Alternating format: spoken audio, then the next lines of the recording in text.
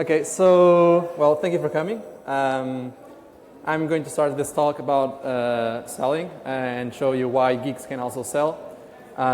This is a talk that I decided to do because of my previous experience at Whitesmith. First of all, let me just speak a little bit about the background so that you can understand. So I work at Whitesmith, which is an IoT product studio. We develop web and mobile apps that, at the end, are connected with IoT devices. Not only, but we have gradually moved further and further to that sector, to the IoT, because we have a lot of IoT people. We have 2 products of ours in IoT, and so we are now doing more and more of our work to clients in the IoT vertical.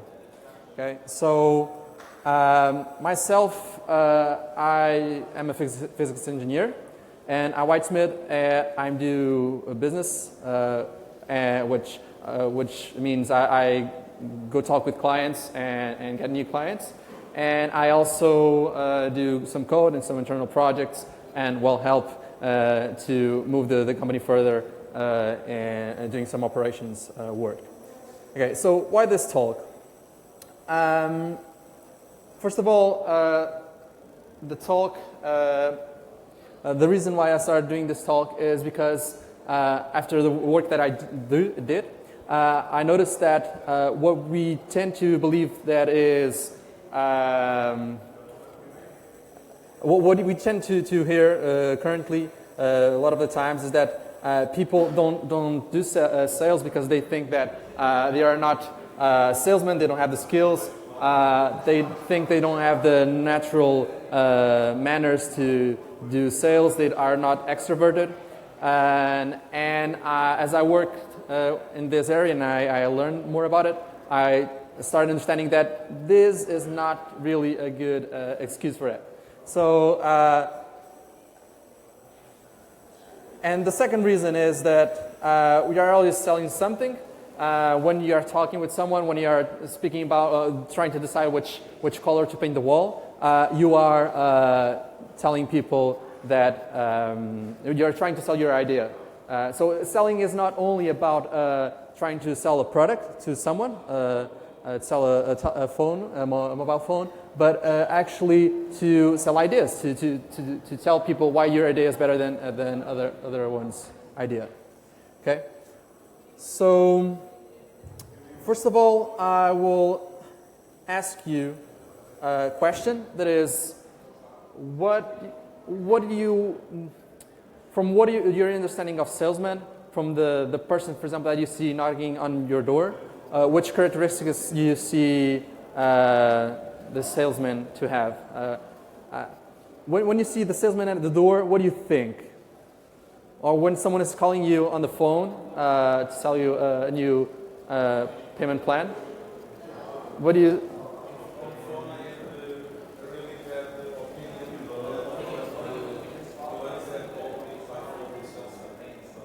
Yeah. Okay. No. Okay. So.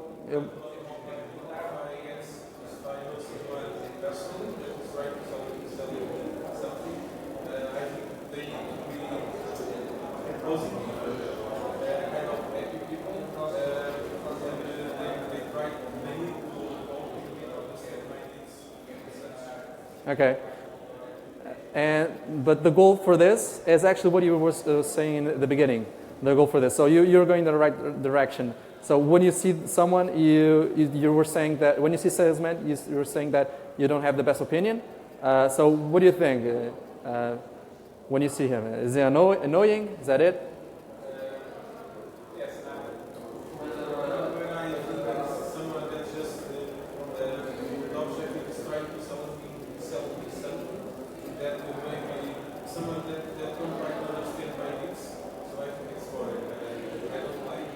Okay.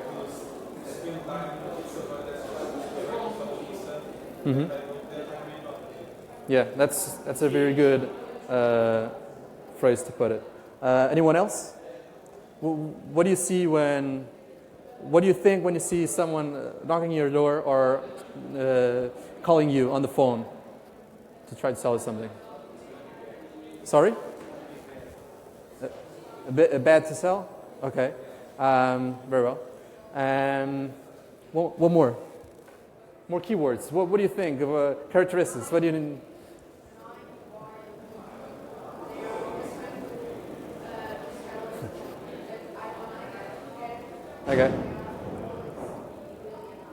Okay.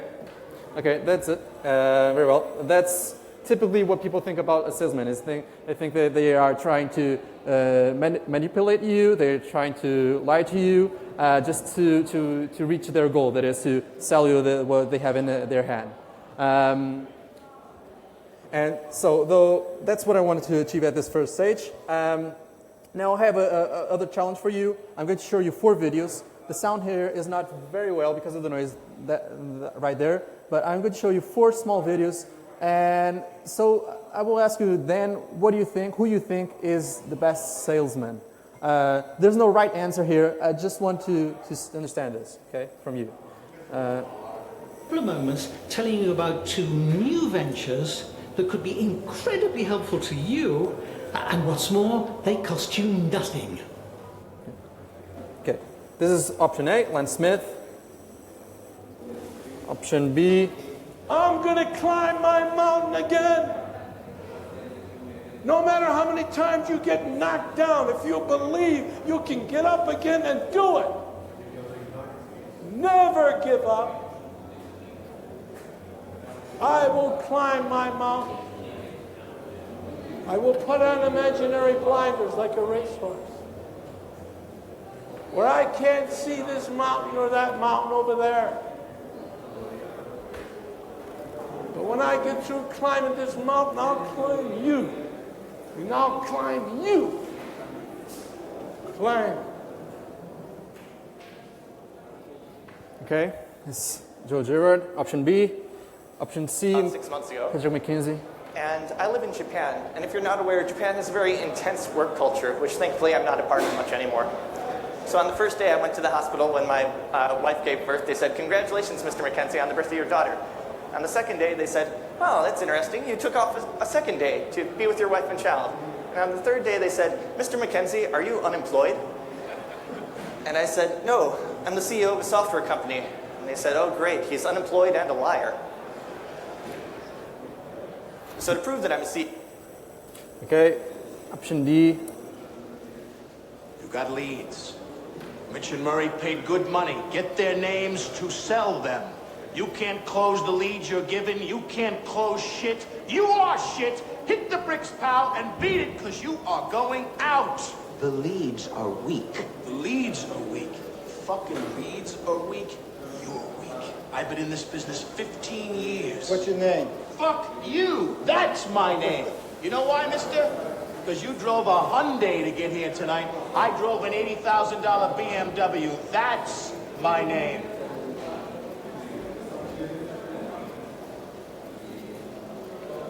And your name is your wanting. You can't play in the man's game. You can't close them. You go home and tell your wife your troubles.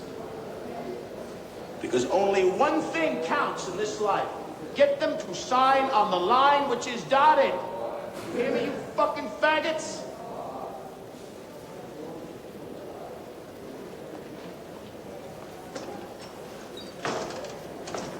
A, B, C. A always B, B, C closing. Always be closing. Always be closing.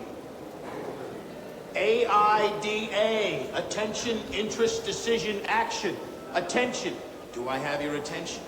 Interest. Are you interested? I know you are, because it's fuck or walk. You close or you hit the bricks. Decision. Have you made your decision for Christ? Action. AIDA. Get out there. You got the prospects coming in. You think they came in to get out of the rain? The guy don't walk on the lot lest he wants to buy. They're sitting out there waiting to give you their money. Are you going to take it? Are you man enough to take it?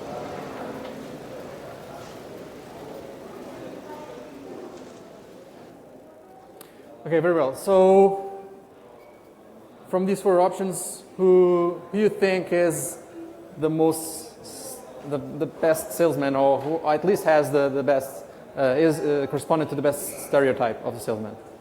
So we have Len Smith, we have Joe Girard, option B, Patrick McKenzie, option C, and Glen Ross from the movie. This is from a movie, by the way, from '92. It's called Glen Ross. Who is the person who you think is the best salesman here? This one, Glen Ross. Okay. What else? Who thinks this one it is the best option? Okay. Okay. Who takes other options? Just speak. Come on. Okay. Okay. Fair enough. Okay. So this is a scene from a movie, very famous. This scene is very famous and is actually very much used to show new salesmen what a good salesman is about. So naturally, you point this one, and fair enough, I believe it. Why? Option, I'm going to the beginning. Len Smith is a marketing guru with some sales experience. He worked at IBM, Coca-Cola, PwC, BBC, and so on. To be honest, his one was more here to distract you. He's good, but not the goal. Joe Girard. He is the real salesman, or was the real salesman, from the 70s. He has the Guinness World Record for selling most cars in a year, more Chevrolets, to be more specific. He sold 27, actually he sold 1,425 cars in a year, which means around 27 cars per week. So if you see, selling 27 cars per week is a lot. It's like 5 cars a day or so. And he was very recognized for this. He sold a book about it. And here's the interesting part, is that he was from this era, from the 70s, and he used these very strange tactics to make this happen. For example, if you came to him and told that you just come from Lisbon, Portugal, you arrived in the United States recently, he will tell you, oh yeah, I love Lisbon. I love Lisbon. I've been there a few times during my vacations. It's the best city in the world. And when actually he never been here. He used those types of tactics. And this propagated through all salesmen from the years coming along. And so we have option C now, which is Patrick McKenzie.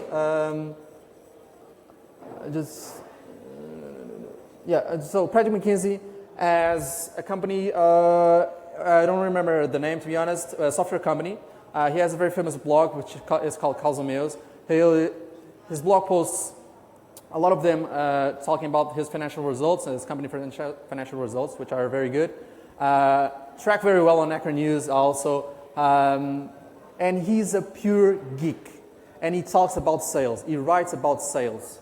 And he connects with more corporate people. He's a good example of how geeks, nerds I may say, can be actually very good doing this. And they don't need to be an extrovert or lying to you. Okay? So this is one of the points I wanted to achieve here. And Glen Ross, I also already talked about it. Okay, and why is this? Okay, so times are changing. I will say that the force is now with the buyer, and what this is that in the past we were in an era that buyers didn't have access to information. So if you wanted to buy a computer, you would ask the person that was selling it to tell you which one is best, because you didn't know anything about it. But today you have a lot of information, and you can check it on the internet and so on. So we are moving from an information asymmetry era to information asymmetry, are already there. And this means that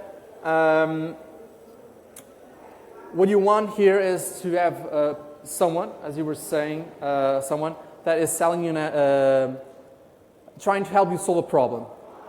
So he's not there just trying to sell a product, I'm going to pick another example. That is, you want to you have this problem that is this floor is very not clean, and so you want to clean, and you're going to ask him how to do it, and he's not going to just tell you which vacuum cleaner is going to be best. He's also tell you that for this floor, the best thing to do is to maybe use a mop first, and then clean it with some product, and only then use the vacuum cleaner that he's going to recommend. So he's a problem solver. That's the goal that he should be achieving. And so today is not so much about telling a script, as I was saying. A few years ago, people had a script and just read it and talk about it. But today, they need to think along with you. Okay? I think this summarized a little bit about it. Okay. We also were speaking that people hate salesmen. And that's because of tactics like Joe Girard's ones. So we have to change that. And this is not the way to go. And a good way to show you that is this video. The sound is very bad, but... A car dealer in the Midwest just sent us a cease and desist not to call his offices anymore. That's not very good, is it? Terrorizing your prospects. Had his lawyer put together a cease and desist. Wait, why are you smiling? Because we call him too much. Is that freaking whack? A car dealer? Come on. But surely prospecting in 2016, when you find out all the information you could ever want about people you're trying to sell to, you don't need to just hound them and have them to the point where they're that upset that they're getting lawyers involved. In the 10X rule, you talk about starting your sales training company when you first got going because you wanted to create an alternative to the stereotype of a salesperson that was this hounding, annoying, just constant going on at you, cold calling, pain in the arse. Which is why I was absolutely delighted when I saw your video with the legend that is Gary Vee, and he kind of put you all in your place. Hey, I might be wrong, but it seems that Gary Vee is onto something here, and that social selling, although I hate that term, might be the way forward. This guy just got a cease and desist. This is Gary Vee. I want to call him again. Come on, Bonhead. You know what? There's the truth. We us all hustlers love that and yeah. The truth is, in a world of Twitter, in a world of social media, in a world of big data, 10 years ago, the three of us in office trying to sell something, that's a high five. That means we're grinding. Yeah. I don't believe that's a high five, and we should today. It's a car dealer. But you know what? I would say this. I would say that car dealership, or the individuals that work there, or the CEO or the decision maker, probably has, at bare minimum, a LinkedIn account, at maximum, other accounts. And I think, let me rephrase, I know that if he spent time and realized that guy was a Cardinals fan, or into fishing, or things of that nature, right? Because I think we all hustle. But I do think that we need to spend more time on context.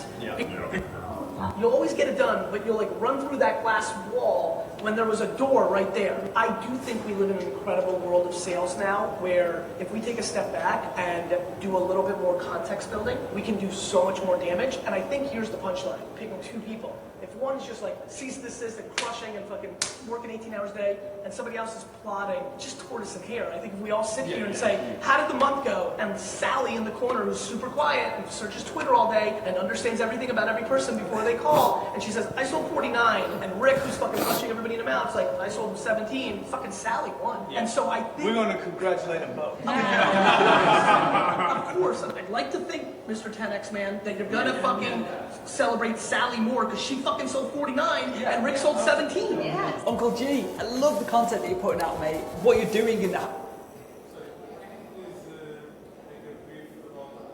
Yeah, I will.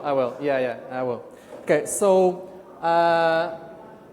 this man over here is telling that one person that talked after on this video. One person is receiving a cease and desist letter, a lawsuit from a guy to who he was trying to sell a car because he was calling all the time, pushing it, and he was calling every time. The guy was sick about it, and both him and the other guy were very proud about it. But Gary Vee was in the room. Gary Vee is a very known marketeer in the web, and he he at first he said, okay, cool, but then he stopped and told, okay, but I don't believe that's the best approach. You're, in a way, he told that actually you're being a bit stupid, in other words, because what he said was that why should you be doing that when there's nowadays so much information about that person? So for example, if he's trying to sell a car, why wouldn't he try to or use social media to see if the person had any problems with the car, or call him and tell him, look, you need a new car, or are you having any problem with your car? What problems do you have? Is something lacking on your car that you would like to have? And use that information to explore the needs of the person, and not just trying to crush it in the way that selling something that he doesn't want. Okay, and that was what he was telling, basically. Okay.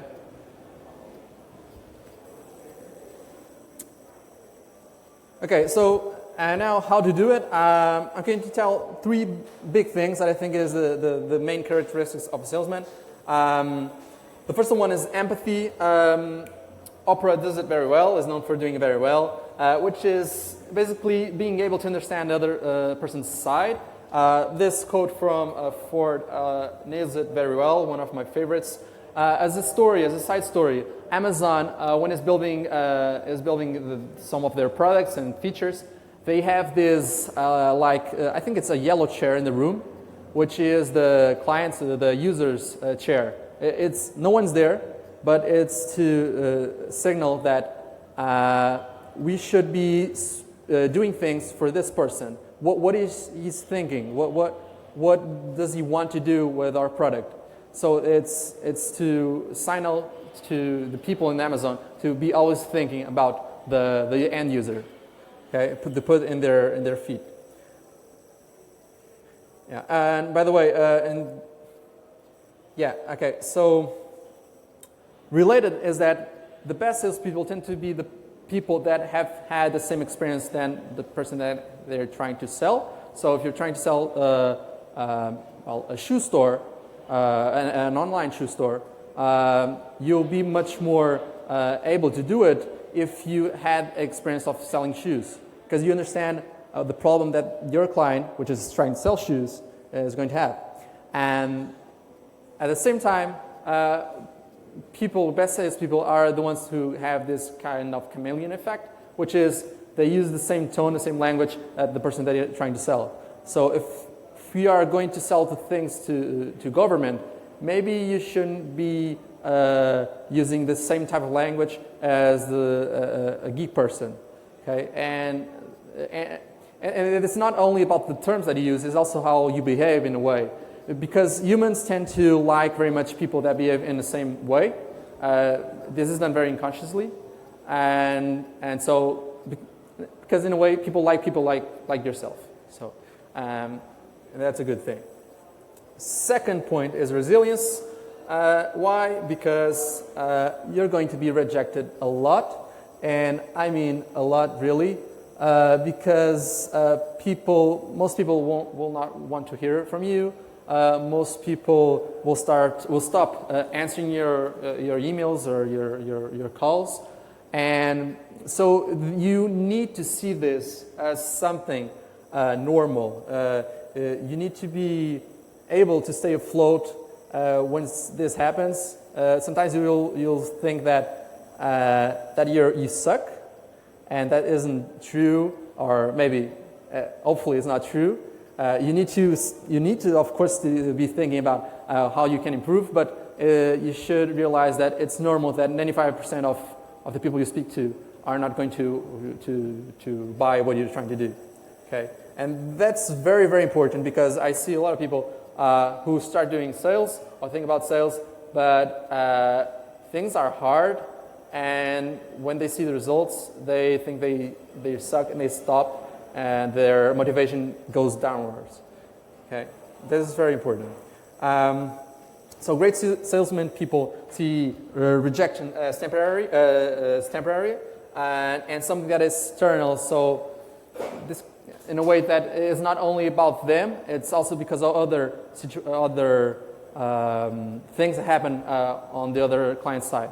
Okay, for example, the funding didn't come.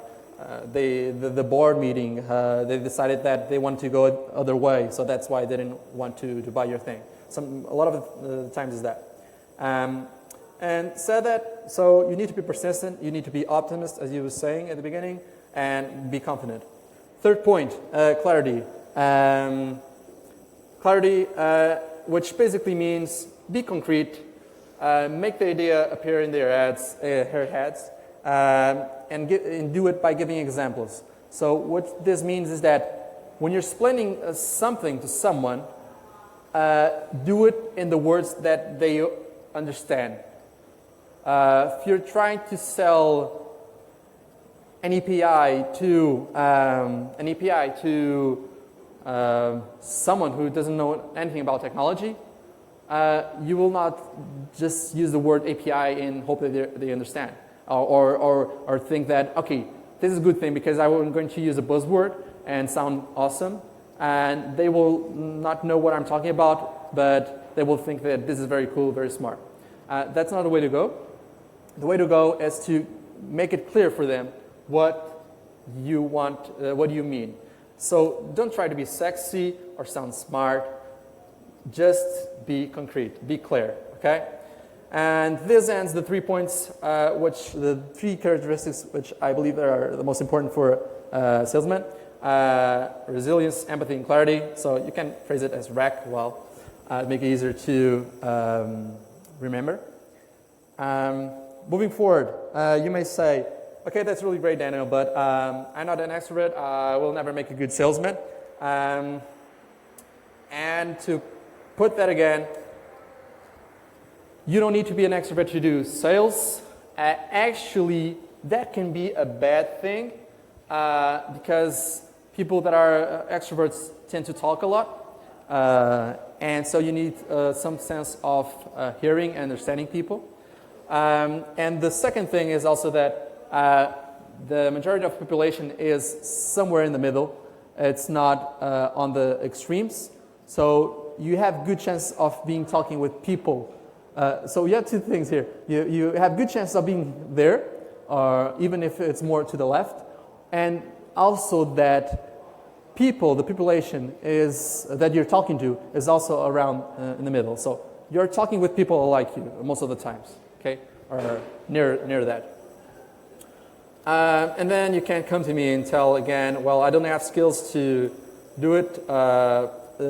Please don't, because the truth is that different people have different skills, and different skills are needed in different process and different steps of the process of selling. Some people will be better networking and connecting with a lot of people. Other ones will have less people to who they talk with, but they will make real connections, real close connections, and so that their percentage of achievements increase. Last but not least, I will tell you one thing that for me made the whole difference. When selling, be the doctor. And what does this mean? This means that when you go to the doctor, you don't say something as when the doctor, what the doctor does is he first starts asking you questions. So he starts asking you where did the symptoms started, if you have any other diseases, and then they will write a receipt for some medicine. What you don't do there is to ask them, okay, I will think about it, or can you give me a 20% discount? You don't do it at the doctor, or do you? I don't think so. So you do what you need to do as someone selling is have this approach that you make questions, you really try to understand people, and you try to give value, you try to solve their issue. You're not trying to sell something just for the sake of winning money. And that mindset I think it's very important, and I think it makes a lot of the difference. Even if you don't remember anything else, if you remember just this, this will change a lot of your approach. One thing that I don't know if you already tried the exercise of, for example, tell me, this is some way frequent on recruitment sessions. That is, they give you a comp and tell you, how would you sell this comp to a bald person? And most of the times, people will start saying things as, look, Daniel, you see this comp, you can use it to shave, to, I don't know the word in English, to comb the, I don't know, your pet or something. But what you can do is actually do things in a way that you ask them if they, for example, if they do music. Do you do music, Daniel? Do you like music?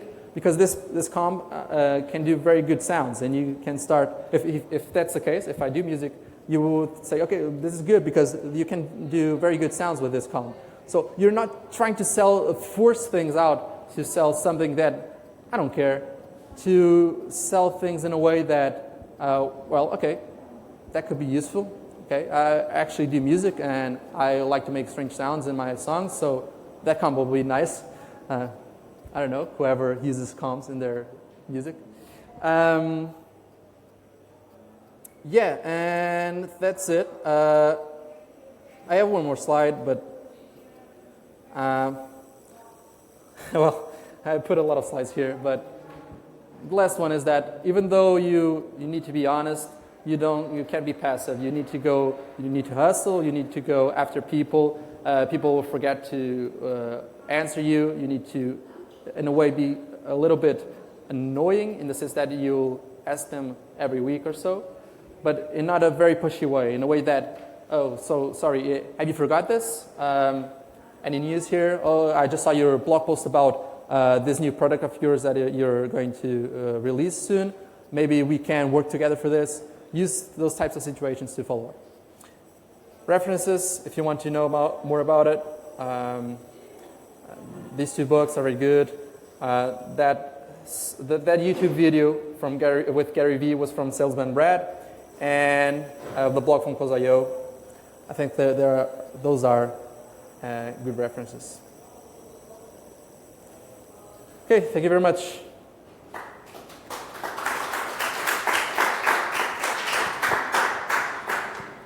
You were talking about how to sell to individuals using social networks, and every time we see that the key is to find the client's problem, but when we are dealing with corporations, it's impossible because they don't come to social networks saying, I have this problem. So how do you think that we can use social networks, because we don't speak to them directly and ask them what's your problem, to eventually find out a problem that they are dealing with? Yeah, that's a hard one. To be honest, I'm working towards that part too at Wildsmith, and well, that's a lot about knowing the right people inside the organization, in my opinion. So you need to. It's not so much about social selling, in a way.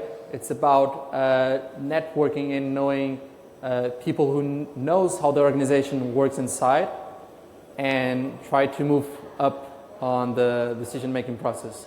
That's like a more like business development kind of thing, where you need to work hard on your connections. It's not social selling. Sorry, just to know if. I'd like to give an example of. Okay. Hi, I'm Joanna.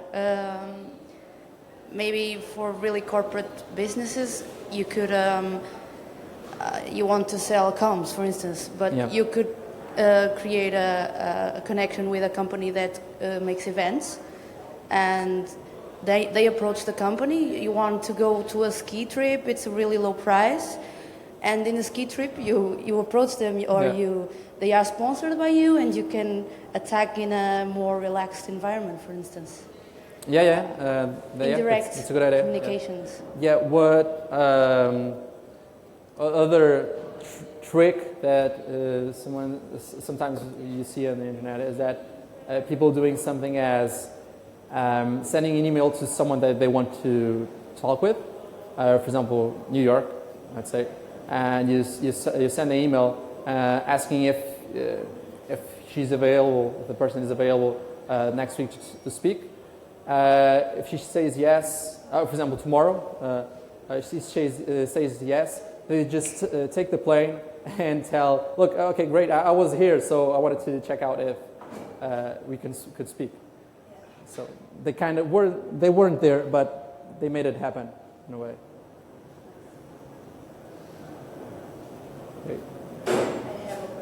Okay. I missed the point with the doctor analogy because a doctor has a really big influence on how to advise you, and people listening to your sales pitch are not as receptive. They are much less receptive than a patient. So how can that map, and how can I?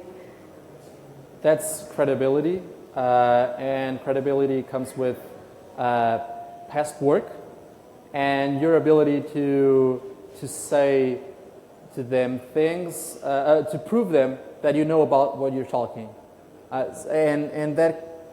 So in a way, you shouldn't be afraid to give advice to that people, because if they see that, okay, he knows very well about this topic, and he did this work in the past, with company X, he must know what he does. So there are these 3 points, and that because when you go to the doctor, what you see is that diploma in the wall, let's say like that, and that's what gives them credibility. But in a way, that doesn't mean that actually that some doctors are bad. So I think it's much about that. Thank you. How do you turn around the situation when the prospect stops answering the follow-up emails and stops answering the phone?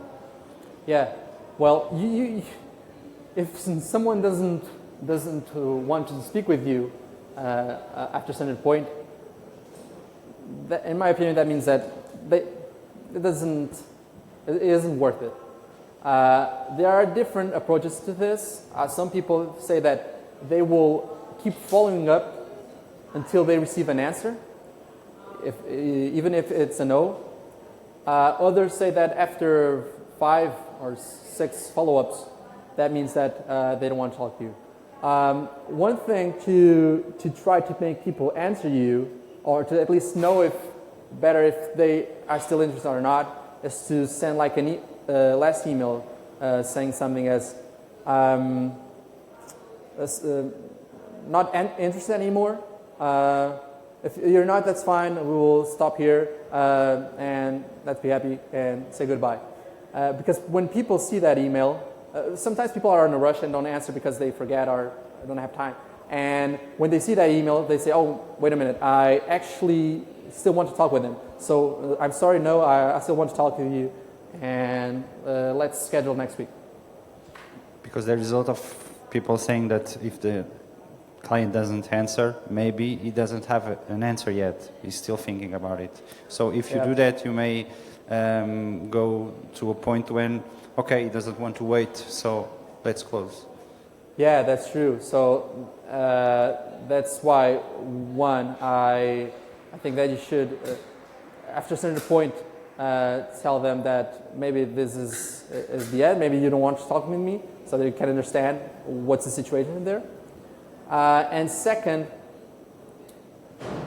you need to keep following up. How much, that's something that each person will need to realize himself. There's no real formula. It depends on the type of people you're speaking with, and the only way to know it is to actually try it. Sometimes I realize that I I follow up too quickly and too often, and that maybe was too much. Other times I realized that wasn't that I didn't follow up enough. So after those situations, you will realize what is the middle ground for that type of people. That's actually something that you don't see anywhere. I have to realize that on my own. So I wasn't able to see that written anywhere. So that's my advice for that.